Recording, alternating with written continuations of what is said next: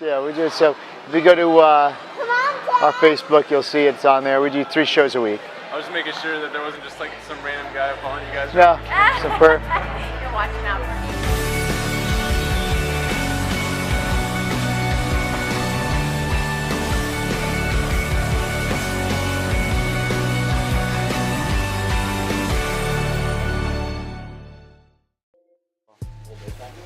I did football because that's what you did in school to be popular, and I just wasn't good at it, and I wasn't popular. So I did go into it was the Saved by the Bell days. I grew up in that era. So if I couldn't play football, then I just wanted to look like AC Slater. That was kind of my goal. I mean, I had the mullet and everything, dude.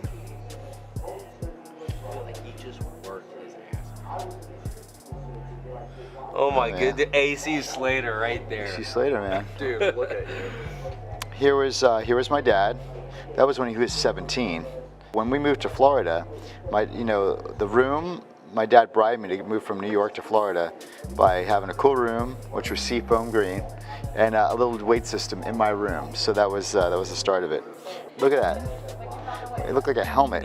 If I still do things on Sunday and people don't do things on Sunday, I know in 6.5 or 7 years, I worked 1 year more than someone else who took Sunday off.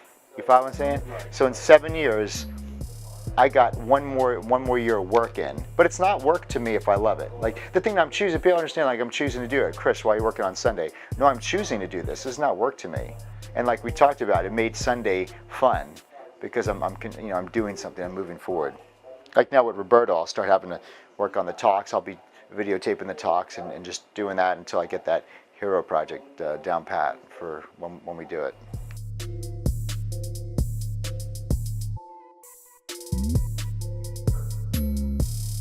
I'm gonna do the pull, okay?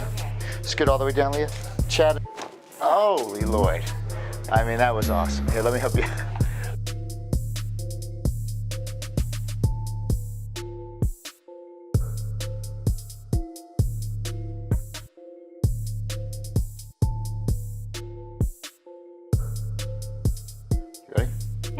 Hello everybody, it's Dr. Zaino with Whitney Zaino for 15-minute fuel. We're just in 15 minutes a day, or a little bit longer today. We're gonna fuel your mind, your body, And soul? and your future. Oh, future, okay. She doesn't really watch it too much. Yes, I do.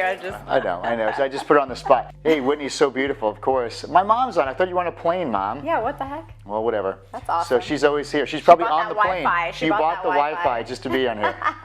What do you and Whitney do when you feel like your life is flying by and you can't slow down to enjoy life itself? She says, my husband and I are constantly talking about how we need to slow down and to enjoy life and to quit running from here to there, but we don't know the answer, so we just keep talking about it over and over again. It's so often that people say, well, I'm trying to keep my overhead low, but you don't realize you're trying to keep your overhead low and you're running around like a chicken with your head cut off. You're actually losing your greatest commodity, which is time. Find out what are the reasons you're running to, and there's so many different things that you need to look at and assess and say, okay, are these really necessary things that we're doing?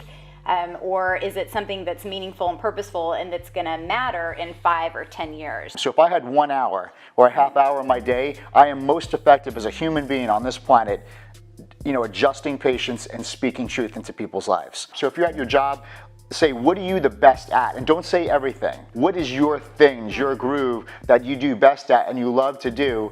That's what you stick to. At this moment in time, you guys chose to be here watching us. We chose to be doing this. So we take this we're so grateful because your greatest commodity, which is your time, you chose to spend with us and we spent to chose with you. So this is a lifetime legacy impactful thing. You could be doing everything else, but we're honored that you were here and vice versa. And so I guess efficiency is the key. How can I be more efficient with my time to get more work done?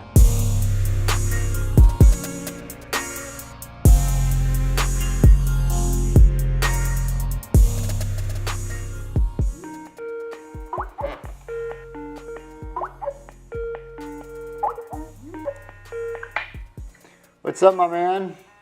My man, what up, G? What are you doing, bud? Good to see you. Congratulations on Sophia. Yeah, I was so stoked, buddy. So stoked, man. Roberto, I realize that your story could have never been planned. No one's story is ever planned. It can't be. It never was. So the unknowns make the story. You think I wanted to get sick? You think I wanted to, just think my chiropractic school lost its accreditation. The freaking school failed. I had to move to Houston, I had to move to Dallas, Texas. And at Dallas, Texas, I meet my wife, and then we go to Houston. I mean, like the whole thing, we think we have control. We only have control of what we do when the unknowns hit our lives. You know, we all want to be this or that, but I think when you go through that little journey, you actually find out who you really are. Because imagine, Roberto, if I said, Roberto, let's say, Roberto, so what were you doing when you were 20? Like, it wasn't who you thought you were, and who knows at 20 what you thought you wanted to be. So right now, you're not what you wanted to be. You went through it, and this is who you are. You're a world-class influencer. I see you on stages in front of thousands of people, leading people. That's who you really are. Like, you're aware that it was in you the whole time. Like, the creativity, the imagination, the accepting that it's okay to be admired. Oh, my great. So emotional, man. Because it's like you digging deep, you know. And Roberto's so good, you know. He's like your guide. Roberto, you know, to see that picture. I love that picture of his, you know, he's rocking it. You know, that was a bank teller. Just think, at 25, he thought, well, I'm going to work in a bank. And that was his job. But he had no clue of who he would really be created to be. And now he's living the more, you know, true version of who he was created to be.